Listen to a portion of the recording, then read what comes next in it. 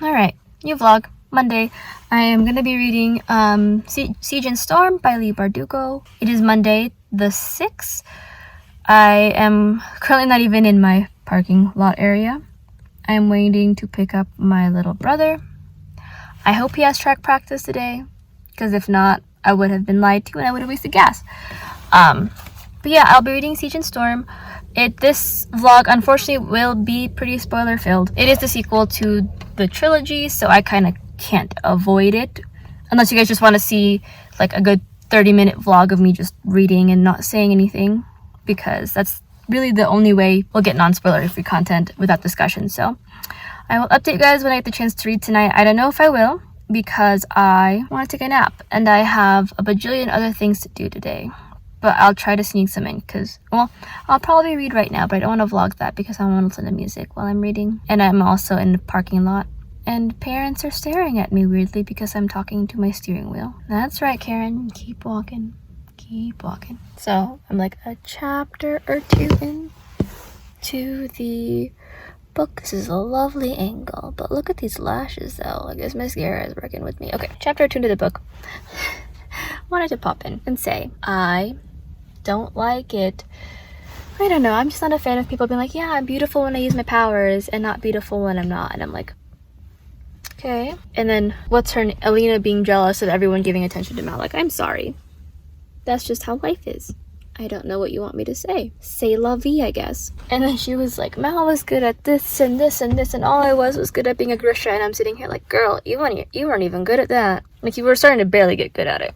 So I wouldn't say this is the only thing you were ever good at, because I don't think you were good at very little things. I'm being mean. I'm sure she was great at other things like whining and complaining, but Grisha was not one of those things that she was great at, because she had literally just started her training.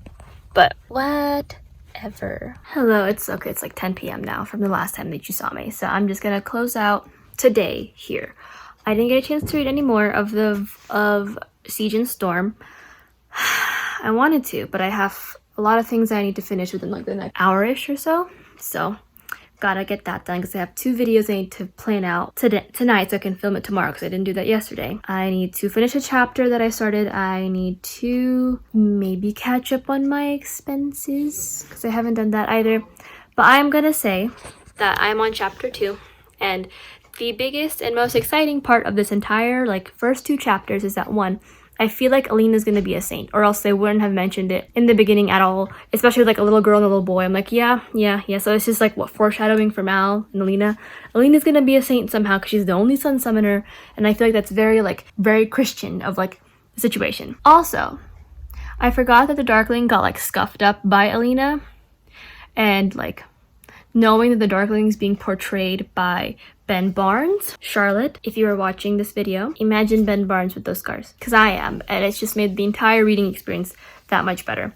Alright, I gotta close this out for the day because I need to be an adult and do things, but I will catch up with you guys when I'm done tomorrow. Hello, it is now Tuesday. I just got off of work. I'm chilling in my driveway, as you can tell by the mailbox. I did get a chance to read more Siege and Storm, and right now, I don't know how to feel about it. So like, I just need to talk to whoever was Leigh's editor at the beginning of her career, because the term, like, not mutely bugged me in the first book, and now it's the phrase, I shoved to my feet, is bothering me. Like, it's worded weirdly, doesn't make much sense in my mind. Like, I can't picture it very well. Like, what happened to pushed myself to my feet? I rolled off the bed and got onto my feet. I got on my feet. I got up. You know? Simple things that don't necessarily need to be all like worded differently to break any kind of cliches or weird wordings. Like, they're standard wordings for a reason. So I just want to talk to her editor. And then I also wanted to talk about how the Darkling is, because like he's been letting Mal live for a while now, which I don't understand. Primarily, let me just fix my makeup as I'm chatting to you like a normal person, because like at this point I'm getting gay vibes, because he literally had every chance to kill him off. I feel like had he killed Mal off, he'd have probably a lot more receptive Alina in terms of like manipulation and just letting her do things, because literally her will to live is gone. So I feel like that would make sense. So I'm just thinking that the Darkling has a thing for Mal. because like he had random faith in Mal from the first book for hunting down a stag, where he had no other word besides for Alina's. And let's face it, Alina's not the sharpest tool in the shed at the present moment. So he just trusted that Mal's abilities were great and it wasn't just Alina talking about her love for him. And then he managed to find, like I said, this vlog does have spoilers, so be a spoiler. Find the sea dragon or the serpent or the shining thing in a couple of days. And the Darkling believed him wholeheartedly because that's what Alina said. And I feel like he's using Alina's story as a cover-up because he secretly has a crush on Mal. And then like Mal found it really quickly. Like, I get it, Alina's life is on the line and all, but like he found it rather quickly. So I'm like, Mal, are you trying to like prove something to like, you know, impress him? Because like, I think I prefer that. And then I also don't get it because literally there's a flashback scene where she and Mal are in a cart or something, and Mal as a kid was like, I'm gonna marry Alina. Literally, why did it take y'all like how many years to get together and figure that out? Like, Mal said it literally as a child. And I get it, children should not be like taken, you probably shouldn't take what a child said like when they were younger to like now. However, it's like Mal said it, so Mal knows. And instead of like pursuing Alina like a decent human being, he slept around. And it's not like Alina was like sleeping around either. She was very like, I'm gonna wait for Mal without thinking about it. So I'm just like, this makes no sense. And like 10 out of 10, Mal and Alina are gonna parallel the two kids from the prologue, and someone's gonna be a saint, because I have a feeling that the third book is probably gonna be them racing to figure out that weird bird on the cover of the third book. And that's gonna be like the third amplifier, and Alina's gonna become a saint, or Alina's gonna become a freaking phoenix because she's a dang nightlight. So that's all I have to say at present. I don't know if I'll get any reading done tonight. I have a lot of things to do. I have to film 2 videos. I have to edit 1 video, upload that, add CC, and all that stuff. And then, yeah. So it's going to be a bit of a mess. But if I do read, I will try to vlog it. But if not, I will see y'all on Wednesday. Hello, it is Therese. Well, you guys know who it is. It's my vlog. It is now Wednesday. I just got off of work and I'm picking up my brother again. Today I should be able to read a bit more. I did get a chance to read while I was at work today. I just have a lot of questions. Like, one, why are those like mythical creatures who are probably saints in disguise, so y'all just killed the saints? So like, wow, so easy to take down. Like, I get the stag's like this very what do you call it? I look like a boy. This very graceful thing that a lot can fight back. But then you're telling me that Mal, under duress, was able to find a sea serpent, having no knowledge as to how to track a sea serpent or anything on the sea within a week, and that the said sea serpent, which is probably fucking huge, because it's supposed to be like this iridescent sea serpent big thing, didn't put up a fight or couldn't put up a fight. Legit, the poor thing died in like what, 1 or 2 hits, less than an hour. And like, not gonna lie, if it's a sea serpent that's been around for so long and is a saint, you think that they'd have a little bit more fighting abilities. Like, it said that the sea serpent managed to take down like a smaller ship or injure a smaller ship or something like that. But still, I'm sitting here like, how did you guys manage to do that? And now there's a firebird phoenix thing, which I'm pretty sure, like I said, Alina's gonna become a saint because she's gonna harness all the powers of the saints, and it doesn't make any sense. Like, I feel like if you've been alive for as long as I'm assuming these saints have been alive, you'd have a little bit more control and like ability to hide. Because like, it made sense for the stag. A stag can't fight back, and it's that graceful kind of all-knowing kind of like Bambi gaze. You know what I'm talking about? Like his dad Bambi gaze. That kind of makes it so it's a little harder to. It's a little easier to kind of kill. And they took like maybe like a month or 2 to find it, maybe more than that, which was realistic. And now here we are with a sea serpent, where Mal has 0 knowledge in finding anything on the sea. And he finds it in less than a week because Alina was in danger. Because that makes sense. That makes complete and total sense. Like, you think for mythical creatures, these would have a stronger ability to like stay alive, like preservation-wise? But I guess not. So here we are. In absolute confusion. But I'm waiting to pick up my little brother, who is currently, I'm just waiting to pick up my little brother. He should be getting off in like 10ish minutes, I think. So I'm just gonna read more, and then tonight I have to upload a video, which annoyingly I couldn't really I had it done editing, it's all exported and everything, but I was supposed to upload it and schedule it and like add the CC tonight when it goes up, but I was really, really tired.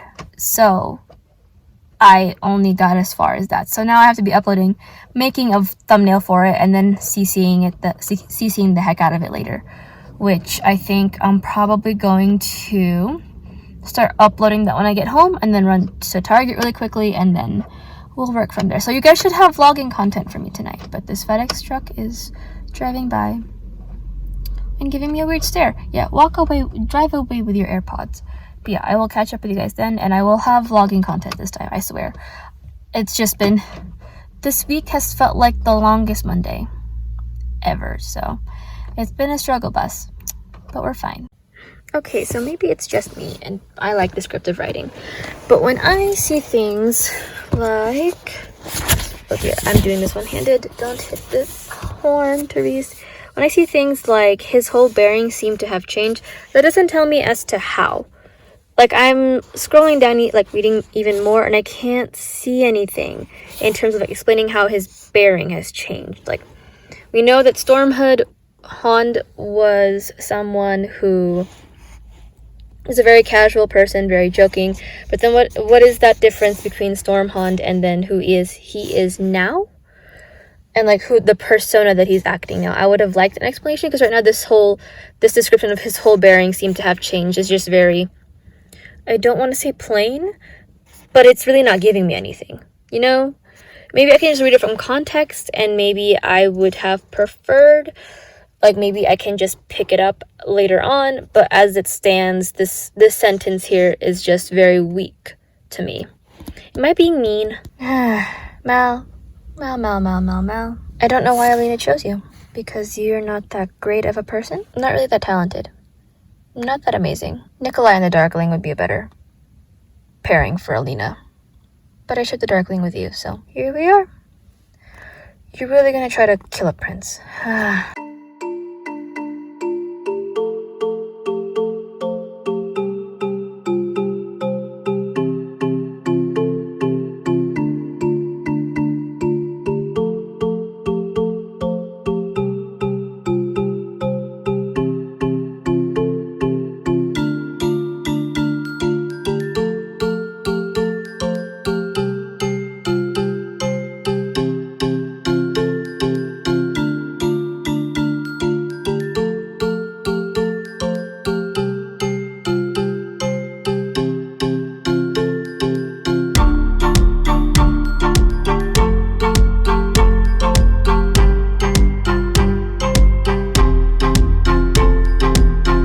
It is now Thursday. I just got back from having to get some errands really quickly, and by errands I mean my contacts. So I'm currently staring at you without any assistance. So if I seem like I'm like trying to squint, like the camera, the distance from the camera is fine. I need farther than that, not so much. I got to read more of Siege and Storm, as clearly if I'm checking in. I just don't know, man. I mean, Nikolai is like, I love Nikolai. Nikolai, I think, next to the Darkling, I would date them. But that's just, he's just great. I'm getting really tired of Mal's, like, I'm constantly going to be jealous, and I'm going to blush, and Alina's going to love me for blushing, and blah, blah, blah, blah, blah, blah. Like, I don't know. Like, I feel like at this point, all I know about Mal is that he's genuinely good looking. Everyone seems to love him. He gets jealous often. He apparently is insecure that Alina will leave him, even though she's shown that that's not the case. He is a good tracker, very good, because he can somehow track sea monsters that he's never heard of in water where he has no practice in, and apparently can make rabbits out of rocks, and he has an adaptable personality. And even though he's a good tracker and is apparently passionate tracker at tracking, he is willing to give it up for Alina and not get mad about it, even though he is slightly mad about it, that they're joining a war, and Mal would be like, yeah, just run away. I don't know. But yeah, I'm going to vlog a bit more again tonight. I need to write, because I haven't done that in the past few days because of life, but I also want to take a nap. So I'm going to have some cake, probably take a quick nap, and then I'm going to chug my smoothie, and we will continue on from there. I have a feeling we're probably going to be writing or reading before my shower or something. I don't know. I like to write before bed. We'll find out. But so far, I'm starting to see that Alina's developing a little bit more, primarily because she is very, I want to save the world needs to be saved, even though I don't, whatever, and it's just, yeah. I also don't understand where she stands with the Grisha. Like, she seems to not have, she is Grisha, but doesn't mean she's the biggest fan of being a Grisha, you know? And she seems like she's just very confused. She's like, oh no, the Grisha are enslaved. And then she's like, the Grisha gotta go. Like, it seems compelling enough for me to keep going. And at this point, I'm just, it's like, we go 2 steps forward with Alina's character development, and she's like, yeah, I want to save the world. I want to be super powerful and take down the Darkling and make the world a better place. And then she's like, you know what I can get used to? Making Mal blush. And then it's like, she worries about Mal for the next 5-10 pages, and then we go back and she starts to develop again, and then something happens that makes Mal insecure, and we go back another 5-10 pages of character development. So, but yeah, I'll update you guys when I read more. Hopefully something happens.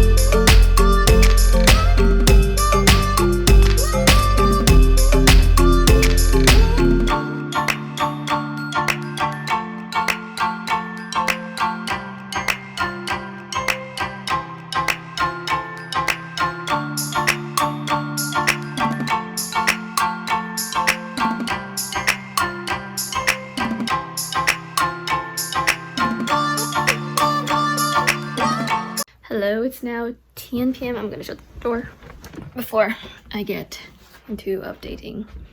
Oh, my braids are falling apart at the seams. It's fine. So I'm like in chapter 16, 17. Oh, right now I just finished chapter, I think 16 or 17. Okay, I'm on chapter 16. And can I just say, Nikolai is my spirit animal, aside from the Darkling. I think the Darkling is like the internal monologue that I always have, and Nikolai's like the persona I put out into the world. Granted, I'm nowhere near as charming, but anyway. Because he literally was like, you know, for 2 people with an eternal love, y'all are kind of insecure. And I was like, yeah, I don't know. I hate it. Like, I know it's now 2020 and we're going to be entering a new era, and maybe that means that this new era of writing, a new era of young adult literature with romance involved, will have characters who are secure in their relationships and understand that, like, hey, this person, this powerful magical person chose me above all else, and I'm not going to question that. And, you know, if we have issues or problems, or like there's something going on in the other person's life, we're going to talk about it. You know, something like Feyre and Rhysand, because they have a fairly healthy relationship. Let's normalize relationships where you have problems and issues and you talk about them, and you can acknowledge healthfully that even though there are very many different better options out there for that said person, they chose you, and you are going to honor that by not being a jealous prick. And then Alina is like, if you had the choice, would you like, if like, I forgot what the context was, but essentially she was like, you're like the Darkling, or to Nikolai, and he was like, I would think that I'd have the ability to choose between right and wrong. And then she was like, do you though? And he was like, yes, I think that if you and Mal said that you wanted to go to Novi Zem, if you and Mal said you wanted to drop out and go back to Novi Zem, I'd send you on a boat myself. I'd be sad to see you go, but I would send you on a boat. And then he like left the room, because, you know, these are like very big questions. Like, is he so power hungry that he's becoming a Darkling and can't tell between like the difference between like the good and the bad? And like, would he actually like stand up for what he's saying that he wants to do? And then the brat has the gall to be like, I don't know his motives. And I'm sitting here like, he's been pretty, in comparison to the Darkling, whose motives were pretty upfront but still very like vague and kind of like secretive, Nikolai's motives have been pretty like upfront and honest.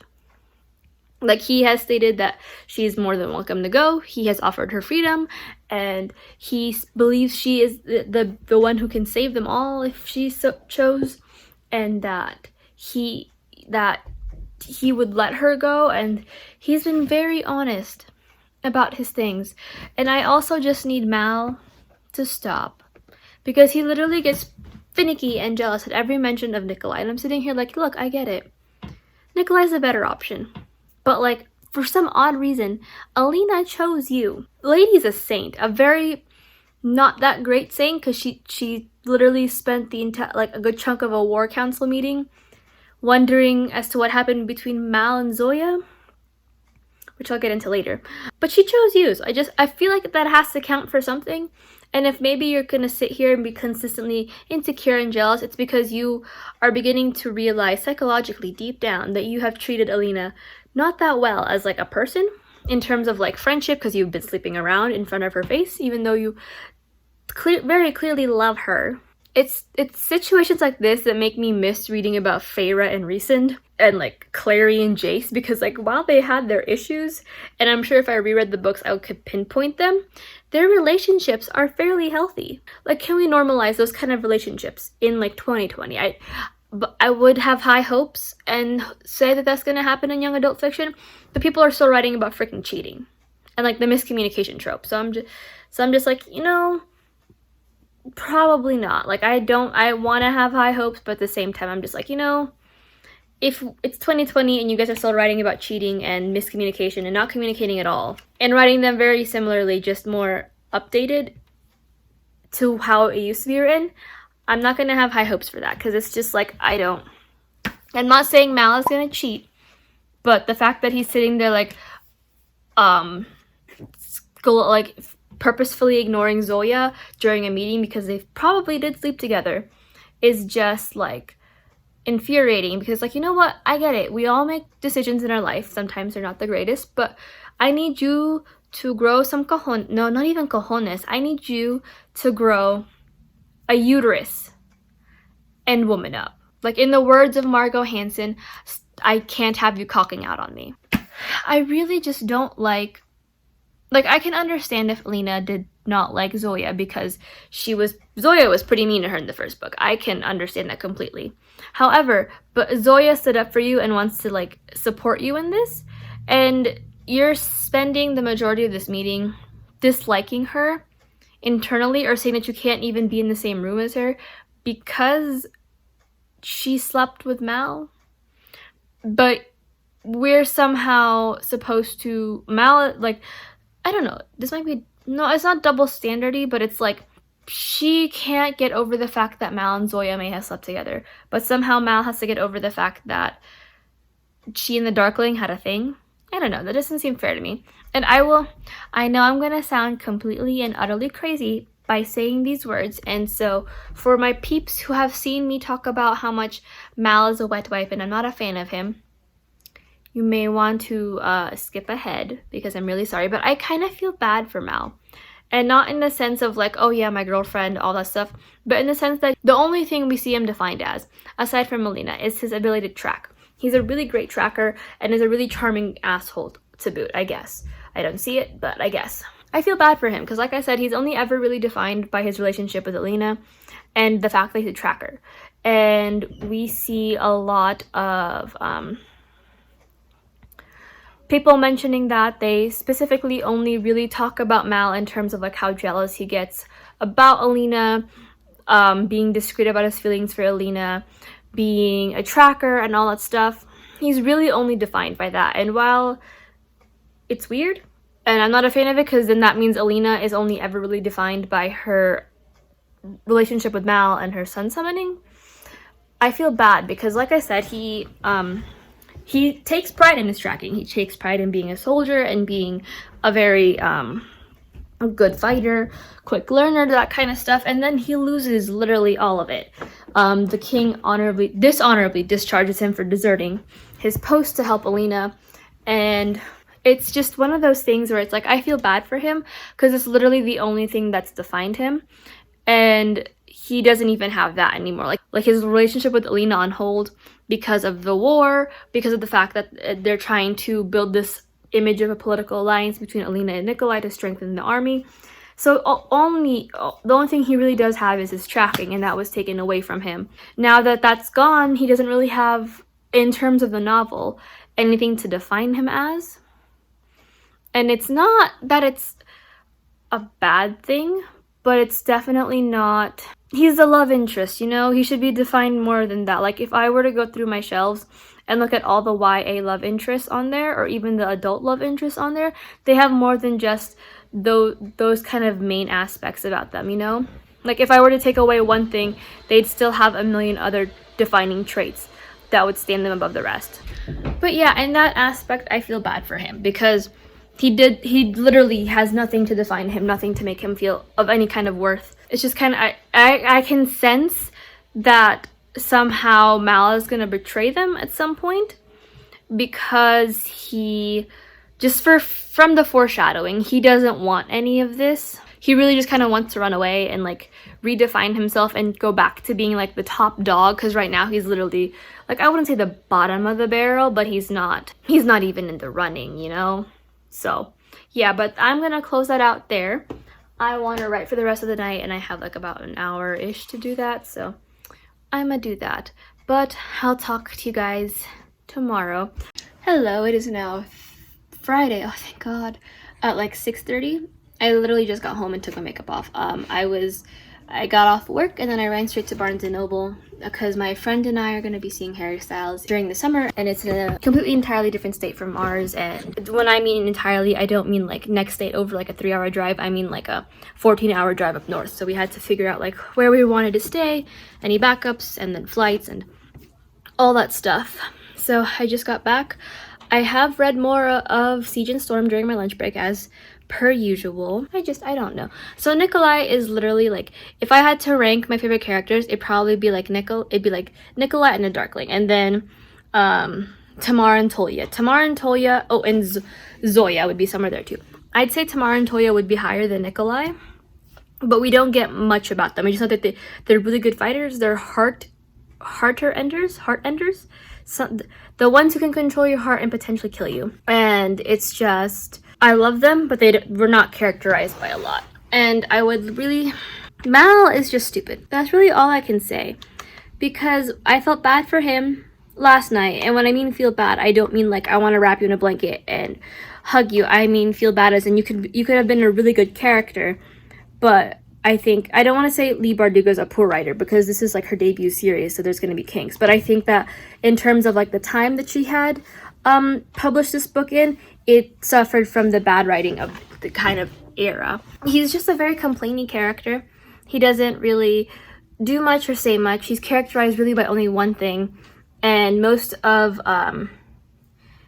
he's just also really bland, and I don't understand the appeal. He has a really good base to be a really good character, but I get it. You know, you were once like at the top of your game, and now you're at the bottom of the barrel. Maybe you're not even in the barrel, and now people want to marry your girlfriend, but you're being an asshole because you want to leave and you don't feel like you're worth it anymore, and you're being mistreated. But I'm sitting here like, you know what? Sometimes things shift, and I feel like if like your girlfriend wants to save the world and you want to be supportive of that, you have to put aside insecurities and like have adult discussions about them, rather than doing what you have been doing this far.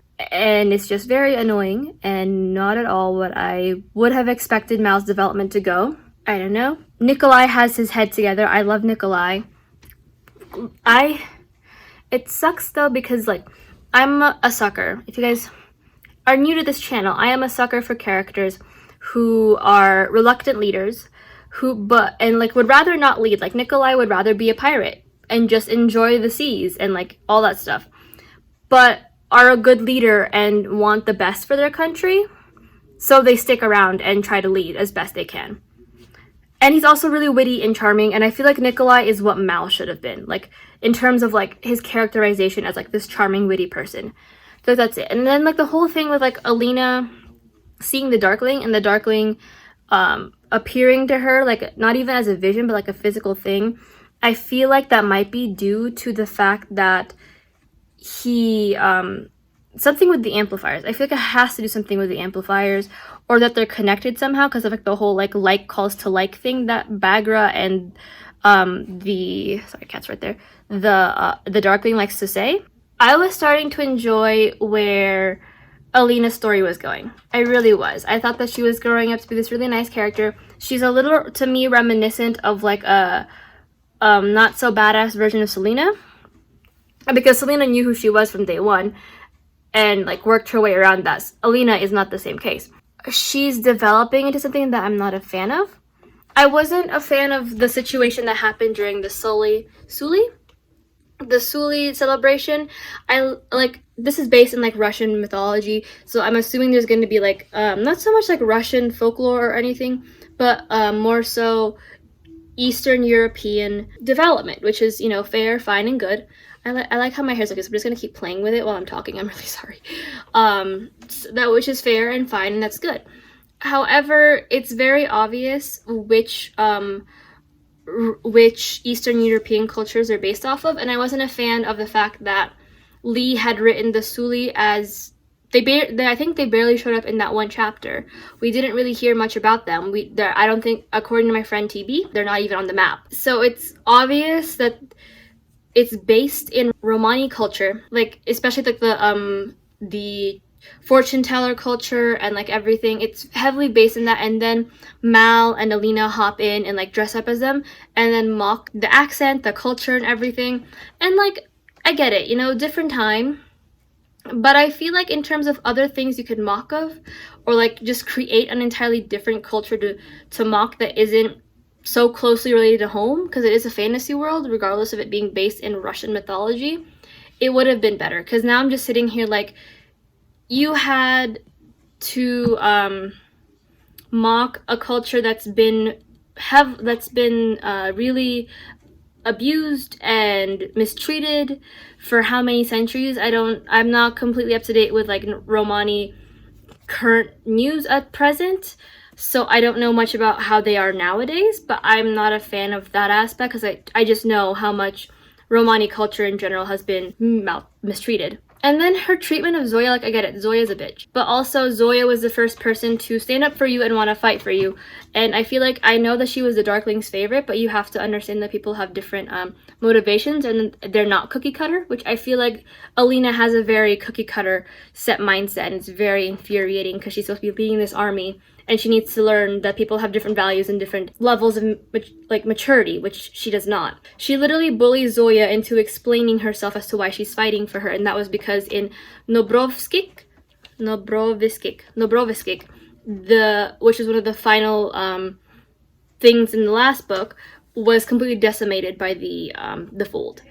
And Zoya had family there. And I'm sitting here like, she doesn't owe you that explanation. She can tell you that she's fighting for you, and it's up to you to decide whether or not you trust her, but she does not owe you an explanation. So it's just like, what the fuck is this shit? But yeah, I'm gonna try to read more tonight. It's only 6. So I'm gonna change into some pajamas, and then I will vlog me reading for a little bit. Yeah, so I feel like if I chugged along, I could probably finish this maybe either tonight or tomorrow night. But I will update you guys tonight, and you guys will see the vlogging content and probably my very angry reactions. What you needed, little boy. Not really, you're like 7.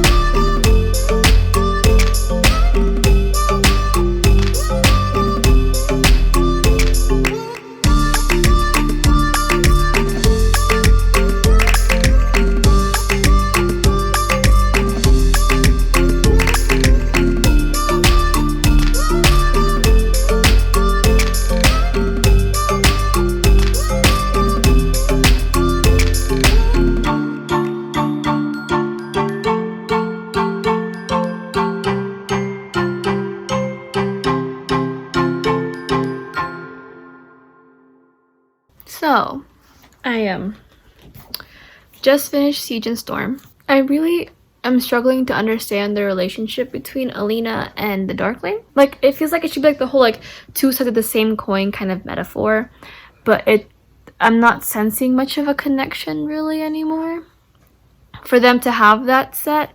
And it high key feels like she's like in love with him, and not so much like I'm drawn to you because we're basically the same person, but more like I'm drawn to you because I really want the D.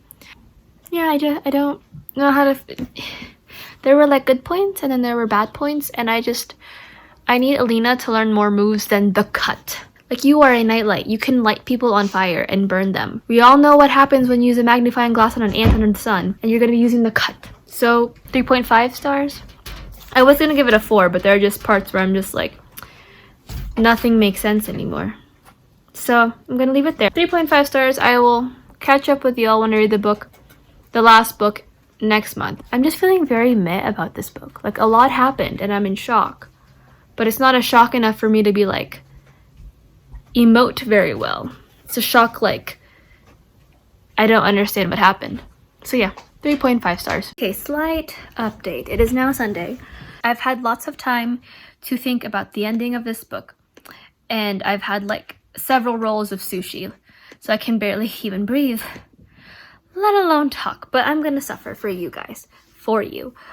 So I really don't know exactly what happened.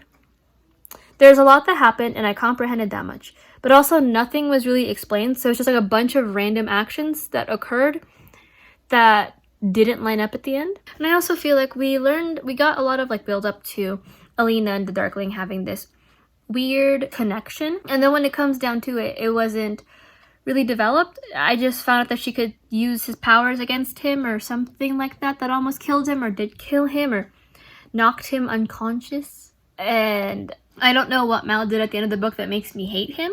Because I know that he did something big at the end of the book that like everyone's like, oh no, why'd you do that? So I don't really know what happened. Like, I know what he did in terms of like Zoya and all that shit. I know what he did. But at the end of the book, I was just like, this doesn't make any sense to me. So many things had gone explained, but also unexplained. And it was just kind of disappointing. Because I feel like we had been told this big battle, this big lead up was going to happen, and then it did happen, but then there was no explanation really that helped bring about the climax to the climax. Like when the castle was infiltrated and Vasily was killed, I was like, oh my god, this is going to happen. We're going to get so much explanation. And then we got down to it, and there was like zero to no explanation. It was just like a bunch of actions that lined up one after each other. But then no explanation leading up to it. Like, I still don't understand the Alina and the Darkling's connection.